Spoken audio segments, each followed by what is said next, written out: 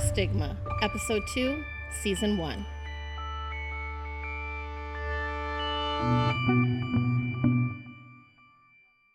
Hi, this is Seth Perry. Today's episode will mention overdose death, sexual assault, and descriptions of violence. Check out our show notes for resources if you need help today. Remember, you can always dial 988 if you're in crisis. Before we begin today's episode, I want to give you the question of the day. Ponder these throughout the episode. Here it is. Opioid overdoses happen in rural, urban, and suburban settings. What biases exist in your thinking when you consider where an overdose death occurs? What assumptions do you make when I mention rural, suburban, and urban? Now let's dive in.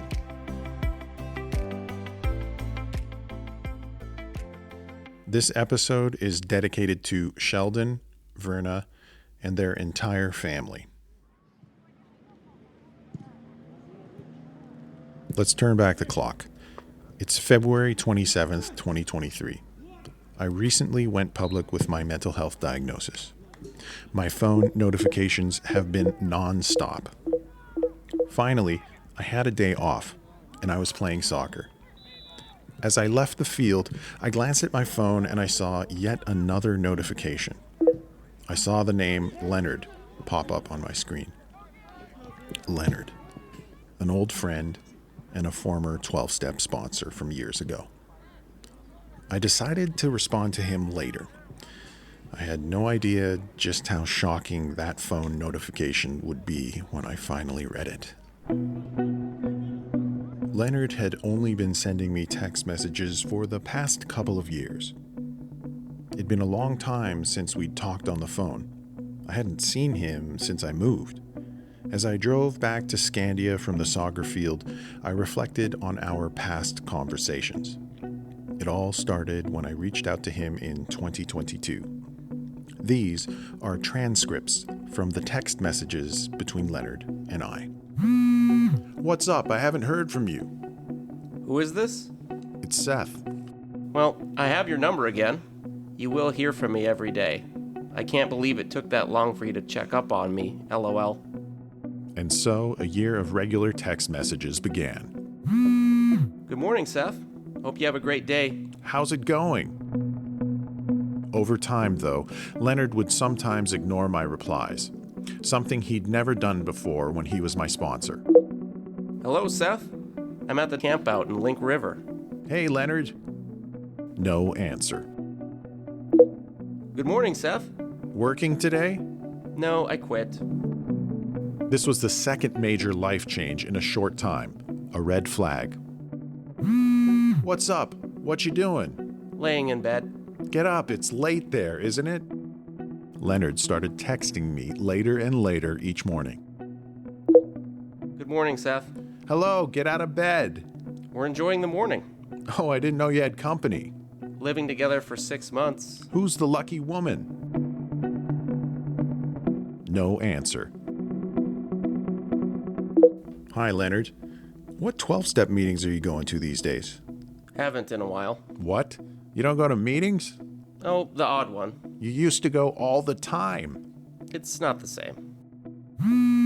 Good morning, Seth. How are you? Busy doing house quotes. I'm back installing siding. Another life change in under a year. My new sponsor suggested I take a more direct approach when digging for information about Leonard. How are you? How much clean time do you have now? I forget. Good morning, Seth. 21 years.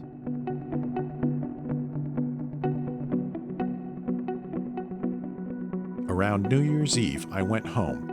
Leonard brushed me off a few times and we didn't meet up.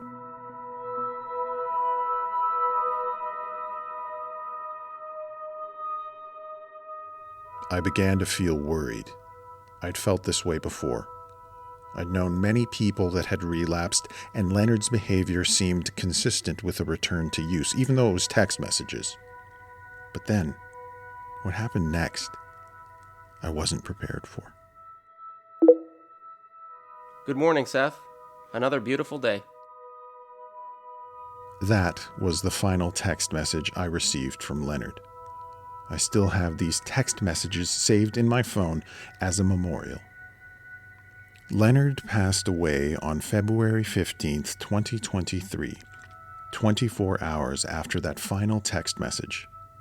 His family later confirmed that fentanyl was found in his system. The cause was determined to be an overdose.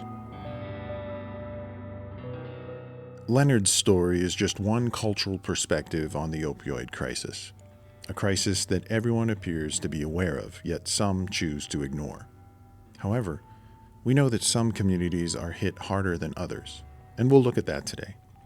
Today, we will journey between contexts, between cultures, between political allegiances, and between faith communities to get a closer look at one of the biggest mental health issues of my lifetime, the opioid epidemic. I'm Seth Perry, and this is Our Stigma.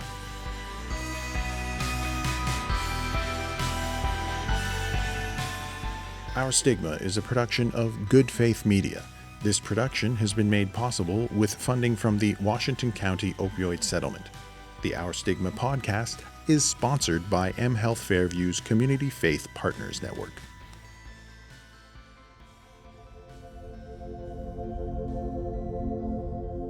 Over a year ago, I joined the Washington County Opioid Settlement Council because too many people that I've known in recovery, like Leonard, have died from an opioid overdose.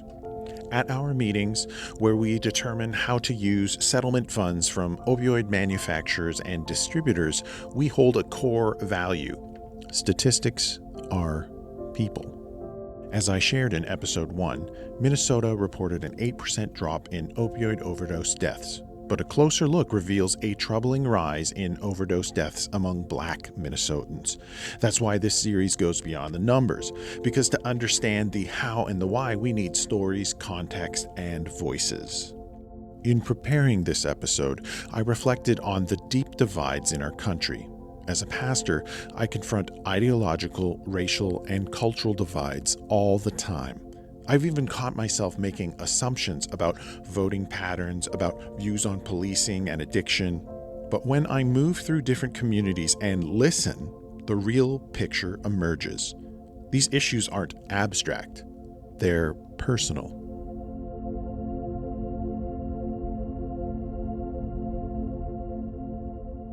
Since August 2024, Emmanuel Lewis and I have been talking recovery and mental health. He's Lutheran. He even recently transitioned out of a position as a congregational organizer for racial justice for the Minneapolis Synod. I've been really excited about talking with Emmanuel because he's new in recovery and he has a different perspective on stigma and how it relates to faith. However, recently, things haven't been easy for him and his family.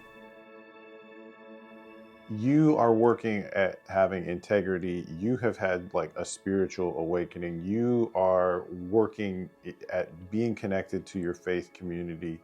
So when you look back at your uncle's life, who died of an overdose, and you know when we had breakfast and we were talking, and you brought up your uncle, and then you looked at his whole life. And I'm just sort of thinking about where you're at today and where he was at his whole life, because you said you always knew something was up with him. Yeah. You were always worried about him. Like I struggled thinking about why that happened, right? To him. A couple of reasons. We enabled them too long too. Because by the time that, and I love my aunt, but by the time she was just over it and done, he had already been too deep. He was too far gone.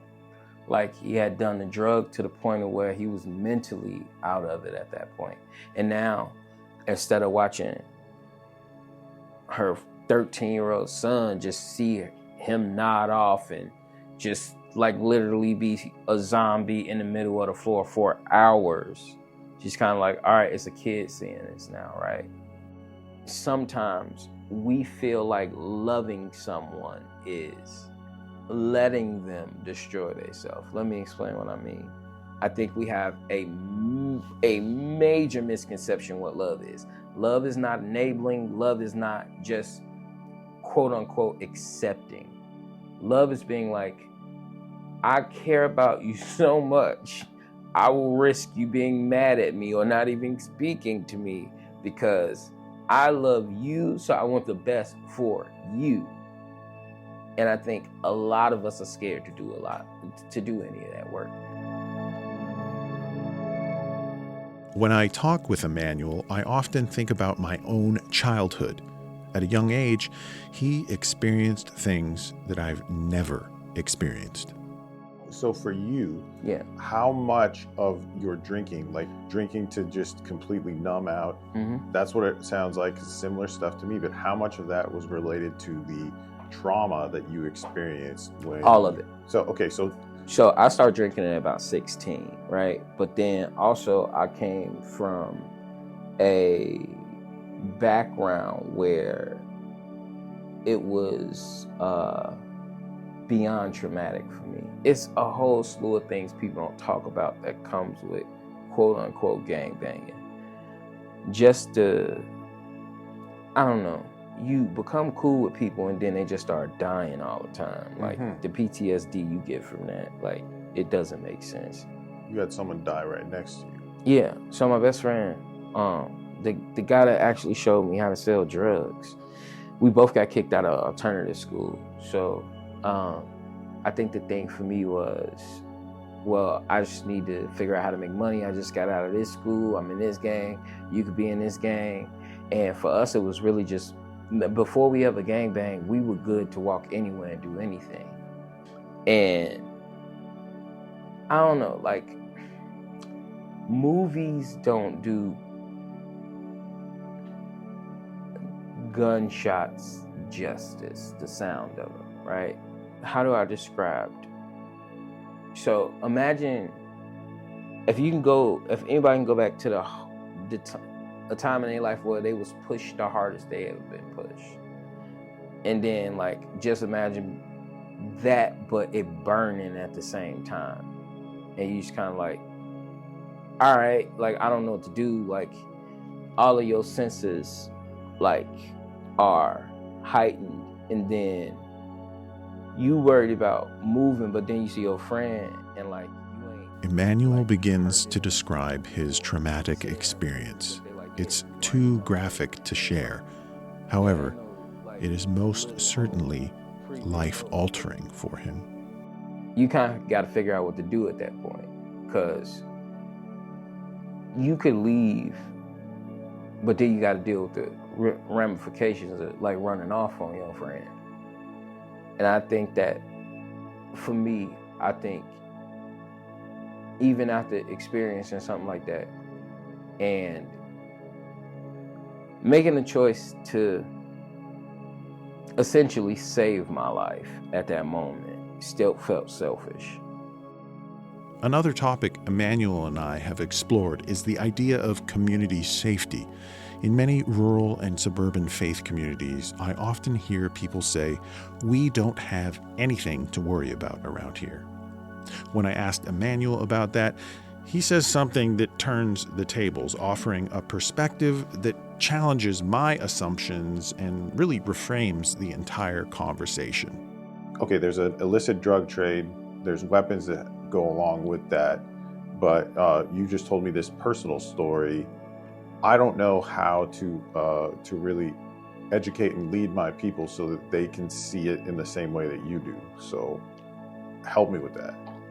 Let's just move it to a whole different environment where they sell their mom's pills and their mom keep getting pills. I know people that's been crackheads for over 50 years. They still alive. I know people that took a pill once and they died. So when we look, explain that to us, right? That's what we would say. We would go, okay, so you say that it's drugs. We can't write prescriptions. Okay, so with opioid addiction, I'm pretty sure that if you don't have anyone in your congregation, I guarantee they know someone that had a child, and not even adults. Let's just look at children that had a child that suffered from the addiction or passed away from it. Who you blame? The doctor? Most of the time, who they gonna blame? Themselves. And I said, I wasn't monitoring this. We did everything we could. We sent them to rehab. We did this. Oh, we took her here. We had her in a methadone clinic, like all of these things, right? Upping police would do what? You know how many police rob drug dealers? You know how many police plant drugs on drug dealers? And this is not just me saying, oh, well, all police is bad, because I don't believe that. As a law-abiding citizen today, you asked me at 35, I think we need to explore it's a lot more to explore outside of police, drugs, jail, bad people. Emmanuel isn't the only one who draws a distinction between urban and suburban communities. Stories of kids getting hooked on prescription drugs that they find at home are all too common, something that I've heard often in the recovery community. You know what, Mom, Dad, if you're listening right now, I even snuck a few sleeping pills from your bathroom back in the day, FYI. But today, most youth are getting pills from dealers, not medicine cabinets. After the break, we'll meet someone who knows that world all too well. Talking about mental health and addiction stigma in faith communities shouldn't stop when the episode ends. That's why Our Stigma is more than just a podcast. It's a conversation starter. If you're a community organizer, faith leader, in recovery, or just passionate about community building, I've got a free resource just for you, the Our Stigma Podcast Educational Curriculum. It's a discussion guide designed to help you lead meaningful dialogue on mental health, recovery, and outreach in your community. You can download the Leader Guide and discussion resource today at www.ourstigma.com. That is www.ourstigma.com.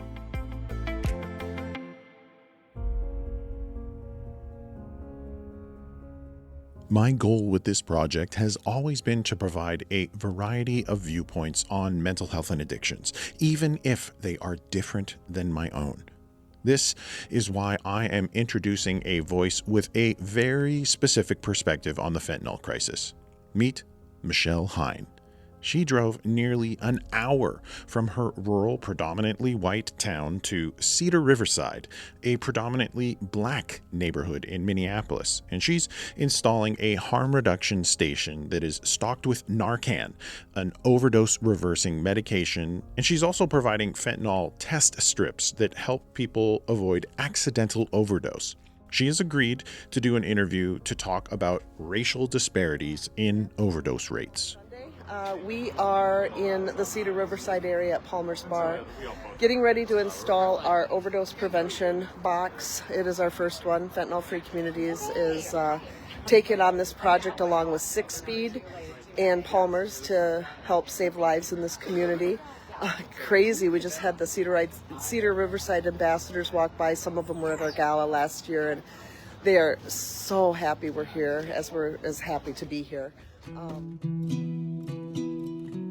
Michele Hein is the chair of Fentanyl Free Communities, a nonprofit founded in 2023 to prevent fentanyl use and overdoses across Minnesota. Here we are with our ribbon cutting, installing our first harm reduction station. All right, here we go. Woo! You might wonder why Michele traveled so far to install this harm reduction station. Her motivation is personal. Here she is sharing about her son Tyler and their hometown of Stillwater, a city in Washington County. I didn't know until a couple of years after he passed away that the kids call Stillwater pill water. It just punches me in the heart to hear that, because I don't know, was I living under a rock? Did other parents know that? Yeah. Here's the thing, and you know this, it doesn't discriminate, right? It does not matter. Yes, there are disparities, and yes, there are populations that are definitely more affected, but every demographic is affected. For Michele, the founding of Fentanyl Free Communities began shortly after her son's overdose death. 4.5 years ago, July 18th of this year will be 5 years, and I can't even believe it. It feels like yesterday, and it feels like a lifetime. He was in recovery for 4 months. from opioid addiction. His dealer friend reached out to him about a dozen times after he got out of treatment, asking him, telling him, I've got pills. And Tyler said no 11 times. And on that 12th time, only he and God know why he agreed to go purchase one pill. He was obviously in pain, or the addiction still had that hold on him, as we know it happens. And he had nothing in his system.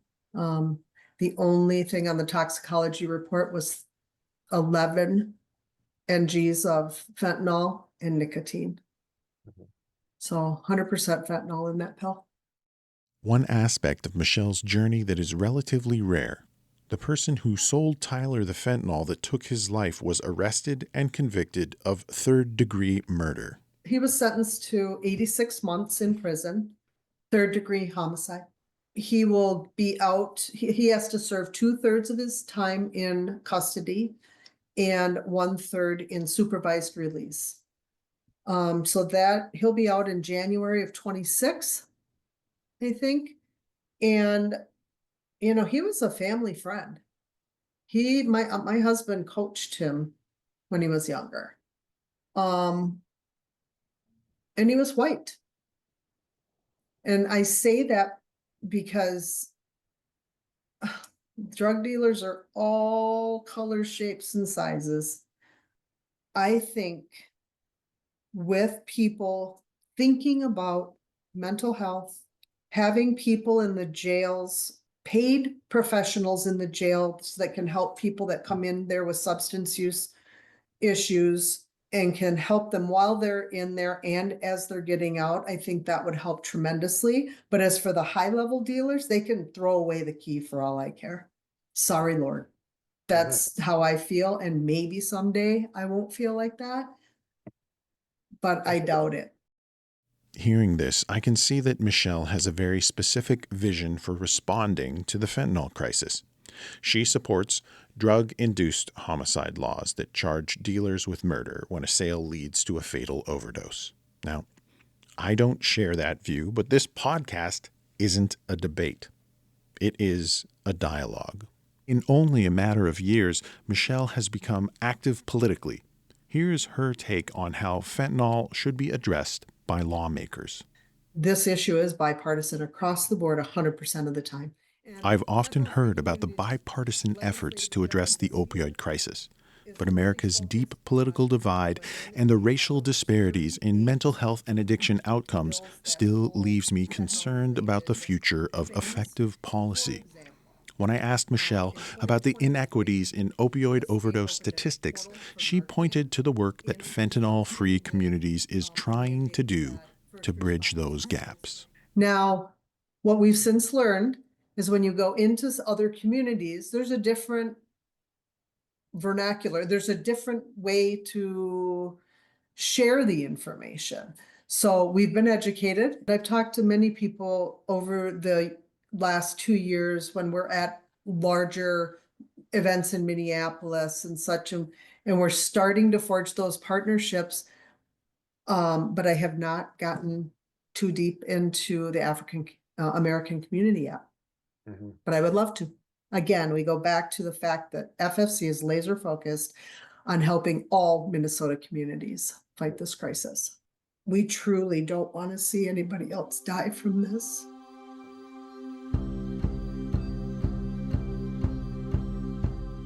Her emotions speak volumes to the enormity of the crisis. Michele also spoke of a particular vernacular that was needed for culturally specific treatment. Two men who know a lot about this particular topic are Ivan Nelson and Maurice Brown. Both men are licensed alcohol and drug counselors, and they are a part of the organization African American Survivor Services. They offer trauma-informed peer and professional support for those impacted by mental illness, addiction, and incarceration. Here is Ivan talking about the stigma that he felt growing up in his faith community. Growing up in the black church, in fact, my father has 5 brothers, 4 of them were pastors. But what I would like to see more It's this conversation around addiction and mental health being a norm, right, in the Black church. As a people, we've always acquiesced to, the Black church, right, for mentorship, counseling, things of that nature, and kind of associated illness, right, with a lack of spirituality, right?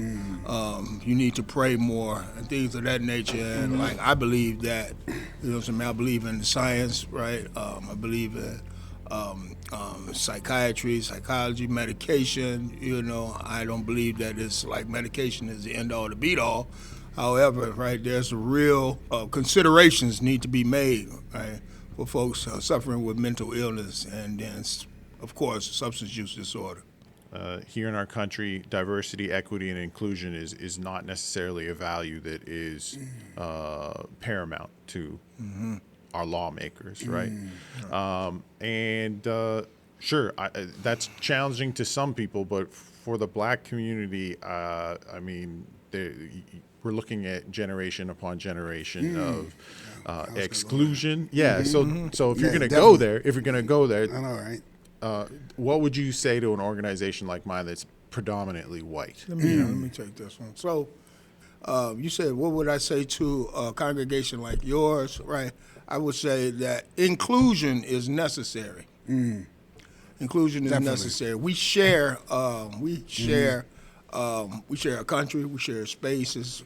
We can't afford, right? Especially, in our current political climate, right, to continue to further drive a divide, amongst the people. We are descendants of slaves, right? There's intergenerational trauma. We come from a people, right, was subjected to 400 years of legal rape. But like, again, if we're willing to step across reach across the aisle, one thing I know about help, Seth, is that, like, in order to help someone, if I reach, you got to reach back, right? As a concept. Right? That's all I have to say about that. Ivan then talks about something that he identifies as a key component to receiving mental health and addiction treatment: identity and representation. The 75% of the organizations that I've worked in, right, intake Black people, right? However, right, I've seen 75% or 80% of the providers, right, being white folks, right? And so nobody's talking about this, right? Yeah. Right. Identification is always important. When a person can identify with you and your story and his story is similar, you're more likely to trust that person, and believe in that person, right? And so, like, it's just a matter of, guiding and sense of direction. And, a lot of people, right, to intuitively understand, man, like, facing this challenge alone is an issue.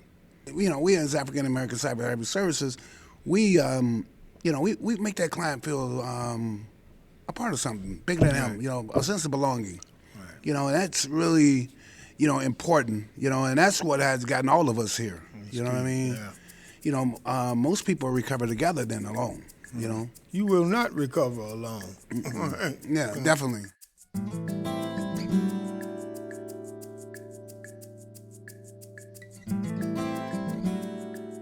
Now let's get on to the topic of language and vernacular, the way we communicate to each other. Ivan has a specific insight into why that is vital to recovery. My ancestors speak to me through vibe and feeling, right? Vibratory. It's vibratory. It's vimbasa, as we call it, right? And so, when I'm sitting next to, when I'm working with another Black man, one family, right? We pick up on that, There's a connection, right, that you won't get, right, working with, so like I'm a 45-year-old African Black man, right, and my counselor is a 22-year-old white lady from, we ain't gonna say rural, but greater Minnesota, right? You couldn't possibly understand what I've been through, right? Yes, you have the education, right? You've learned some things in academia, right? I take the clinical information, right, and I mold it and shape it into a way where that Maurice can digest it, right? Because we have a similar know-how. We have history, right? We know, right? We got a history. When I say Big Mama and them, he know exactly who I'm talking about, all right? You know what I'm saying? Uncle Freddie. We already got an Uncle Freddie, right? Who's always been someone that fix on cars, but he drink a lot, right? You know, that commonality. Those things are key. So I'll just kind of rephrase this here, just so that I know what I'm getting this. There is a vibe that is both linguistic and historic, and it goes back through generations, transatlantic slave trade, back to the continent. Yeah. Right? Yeah. That's what's being spoken in the vibe that you're talking about. Yes. And that is healing? Yes, that is very healing. You know, I like to think, right, like when I first met Ivan, right, this was 12, 13 years ago, right? You know, it was something inside of him that inspired me.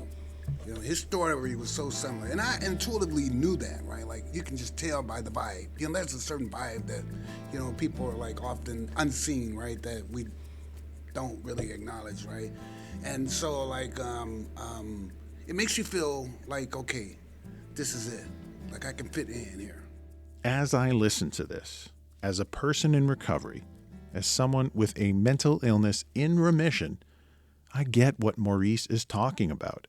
Fitting in. When I got clean and started treating my mental health condition, I found a place to fit in. Now, I'll be honest, it was easier for me to find a clinical place to fit in than it probably was for Maurice or Ivan. We are going to explore a clinical perspective on this after the break. The Our Stigma podcast is produced by Good Faith Media, a reliable resource contributing to conversations at the intersection of faith and culture. My friends at Good Faith Media use multiple media platforms. Their flagship podcast is Good Faith Weekly, hosted by Mitch and Missy Randall. Each week, the co-hosts discuss current events and issues, engage the lighter side, and interview faith leaders from around the world. Learn more about the podcast and the nonprofit Good Faith Media at goodfaithmedia.org. And now we're back with Dr. Steve Delisi, the psychiatrist that you heard from in episode 1. Here's his take on racial inequity in treating mental health and addictions. We are paying attention to the disparities, but paying attention to the disparities and having me as a licensed physician with good intention is not sufficient. There needs to be action and there needs to be effect. As a healthcare system across the United States, as a health professional myself, I'm responsible for earning the trust of my African American, Native American, Hmong neighbors here in Minnesota. Now, it's one thing for a psychiatrist to call out inequity in mental health and addiction treatment. But what about lawmakers? I want you to meet Dave Baker, a Republican from the Minnesota House of Representatives. Addiction recovery is personal for Dave because he, too, lost a son, Dan, to an overdose in 2011. Here is Representative Baker talking about his efforts crossing the aisle to work with the DFL, Minnesota's Democrats. Mental health and substance use disorder are so well tied together. That is one I can reach over to almost anybody on the DFL side. I have an idea. Will you help support this bill? If it makes sense to them, this is an easy way to work across the aisle for this issue, for sure. Yeah. There are some folks in our country that believe that prison, incarceration, stricter policing are solutions to the opioid crisis. When you hear perspectives like that, what is your reaction? You know, I think it's mixed. I mean, again, I want strong police force. I want to make sure that people, if they're selling drugs for a profit, I helped write legislation last year in a bipartisan manner that put those people in jail longer. But I also am the biggest champion of second chances for people. Once you've gotten out of jail, once you've gotten out of prison, I want to make sure that they're embraced and we try to get them back in society. But we have to have both. I think it's a balance. We've got to have tough standards. We got to have rules. And if you want to play this game, understand you could go to jail for a long time. But when you get out, we want to get you back on your feet as soon as we can. Now I'm back with Maurice and Ivan at the African American Survivor Services office. We talked about second chances and policing from their perspective. I personally think, the greatest aspiration to the human heart is, right, it's like helping somebody, right? Like, and looking for the good in them, right? Because it's all in all of us. And a lot of times, policemen don't really see that. You know what I mean? And just out of fear, just like I was saying earlier, fear is our biggest challenge. You know what I mean? Just out of fear, they, react and not think, and costing somebody's lives. And those lives are important, And so, like I said, it's personal to me, but I honestly think that we need to look at the evidence, like what's working and what's not working, and basically, policing has been a part of us for generations, and the problem still exists. We've heard from a Republican lawmaker. Now it's time for this podcast to journey back across the aisle and speak with a Democrat. You'll remember him from episode 1, Jeremy Drucker, the Minnesota State Director of Addiction and Recovery. In African American communities, overdose deaths increased since the last data was gathered. And what is the state doing to address the racial disparity in opioid overdose deaths? Yes, you're 100% correct. And in fact, even if you break down that data differently as well, that 8% reduction overall statewide, it was 23% reduction in greater Minnesota, held about steady in the urban area, in the metro. And so even within geographic regions, it was there was some disparity there too. I think working with our African American population, again, going back to making sure that we have services that are culturally specific, that speak to people who they are. There were some investments from the 2023 legislative session that really focused on those disproportionately impacted communities. So some new grant dollars around harm reduction for culturally specific organizations, safe recovery sites, which are going to be these brick and mortar locations that will really offer people an on-ramp to recovery. I think, again, we just need to continue to support our providers too, especially really good providers like Turning Point in North Minneapolis and some of the other treatment centers that really know that population, that really know that community, that look like that community, that can really identify with that community. Ivan Nelson is well aware of the need for dollars and cents, and the Office of African American Survivor Services is a short distance from the Capitol. Here's what Ivan had to say about his need for funding. If we took a ride right now over on University and on the light rail, is the population on the light rail right now of folks that are using illicit drugs, right? And if we were able to gather a group of 10 of those black folks up, right? I would say half of them would say, "Oh yeah, I've been in treatment. I just left treatment last night." You'll get responses like that. "Yeah, I was in treatment. Yeah, I came out of jail. I was supposed to go to treatment, right? I was remanded to a treatment, right? But I got there and I left. I went in the front door, I went out the back, right?" People are in need of more services. I'm talking about in your face, available with open arms service providers. New data shows that the spike in overdose in the black community, right, are in the age range of from 32 to 65. Wow. Yeah. But where do you think the youth get the influence from? Nobody ain't thinking about that, right? Mm-hmm. So these, especially in incarcerated people, justice impacted individuals, right? I went into the penitentiary when I was 19. I came out when I was 35, right? Regardless of how many programs a person says that they did in incarcerated settings, right? When I come back out, right, I still got those old thought processes, those old behaviors. They're antiquated, right? Yeah. But you know what I'm saying, we push it on. And then the overdose, why the overdose rate is so high amongst folks like that, and primarily it's the folks coming out of incarcerated settings, because I went in a heroin addict, and I came back out, right? And I didn't know fentanyl was 100 to 200 times stronger, right, than that. That's how I overdosed and died. I didn't get the education. I didn't slow down. Ivan noted the age disparity in overdose deaths, but there's also a gender gap. A recent Pew Research study found that Black men are disproportionately more likely to die from an overdose. To share how this has affected her, I want you to meet Keni. She has 6 years clean and has a story to tell as a mother and a person in long-term recovery.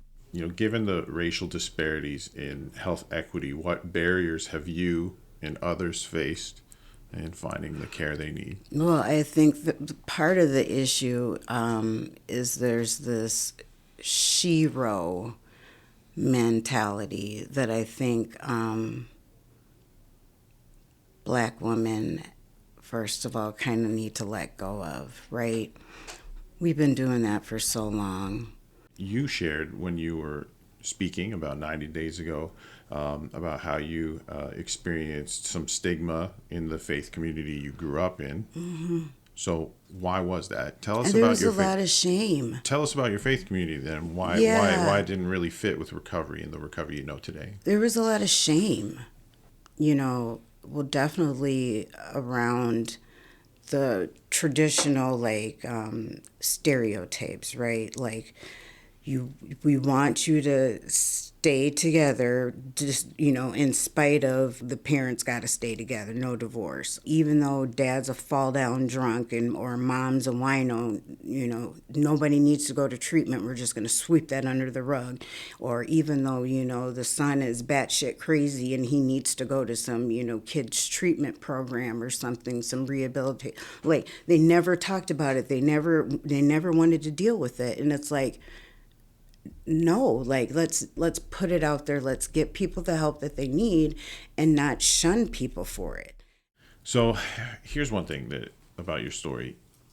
You got clean. You traveled over 30 miles to find treatment. Like you were in Minneapolis and you traveled to Hudson. Is that how far? Yeah. So, yeah. Okay. So how easy was that process for you to get treatment? Because I've talked to a lot of people in different settings, different communities, in the rural community that have had to travel those distances to get treatment. So for you to travel that distance to get treatment, how easy was that process for you to get into treatment when you needed to? Okay, well, there were two things at play for me. I'm blessed enough that I had private insurance. So, for me, it was a choice that I chose to go that far, right? Because I wanted to get in as fast as I could, and that was one of the first available options, so I took it. So that's why I was able to go that far. Again, my experience is going to be a little bit different than most. There were two different houses. Because I had private insurance, I was in the better house. But I was there to do the work and work on myself. And so I did that, and I got out of there as fast as I could. You have spoken a little bit about, the shero role that many Black women take in their community, and so there's this major disparity in between, the rest of the state and the Black community. Mm-hmm. You're staying clean and helping others do the same. What is it like to witness the opioid crisis in the African American community right now? It's sad, because I got two teenage daughters, right? And I'm like, those are the guys that are supposed to be taking my daughters out? I'm scared, Seth. I got a 6-year-old nephew. I'm terrified for him. These are the knuckleheads he's going to have to come across. I'm mortified. I worked as a first grade teacher from 22 to 23 in North Minneapolis. And I found one of my first graders out in 199. And this kid is so messed up at this point, they have to take him out of school. He's a mess, Seth. And I know that the opioid stuff is just not going to get any better. And there's this sense of hopelessness, but I just don't know. Like, I know so many Black men in our rooms that are trying, but like, if they're not listening, what can they do? I'm at a loss. When you look at the statistics, the divide in this country, the grief, the inequity, all of the people in all contexts just trying to address a complicated crisis, you might think, how could things get any worse? Well, there is one statistic that I haven't spoken about yet. There is one demographic in Minnesota that has experienced even greater disparity in overdose deaths. Alongside that challenge, there's also an overwhelming amount of generational trauma and disconnection from culture and geographic displacement. Next episode, we will explore the tenfold disparity in opioid deaths among Indigenous Minnesotans, and so much more. Join me next time.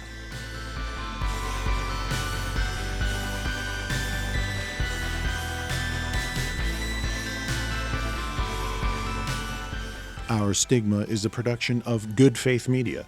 This episode was produced by Cliff Vaughn from Good Faith Media with support from Mitch Randall and Callie Chisholm. Audio provided by Pond 5. Special thanks to Sean and Rolando from Washington County and Diane from mHealth Fairview for their contributions. Thanks to everyone who was interviewed in this episode: Emmanuel Lewis, Michele Hein from Fentanyl Free Communities, Ivan Nelson and Maurice Brown from African American Survivor Services, Dr. Steve Delisi, Representative Dave Baker, Jeremy Drucker, and Keni Richardson Pittman. This episode is dedicated to Leonard and to Leonard's family. Thank you for allowing me to speak his name and share just a glimpse of his impact. And thank you again to Ben for providing the voice acting. I'm Seth Perry, the host, writer, and creator of Our Stigma. If you found this episode meaningful, please take a moment and leave us a 5-star rating on Apple Podcasts. It really helps others find the show. Visit www.ourstigma.com, that's OURSTIGMA.com, to explore the educational discussion series that accompanies this podcast. See you for episode 3.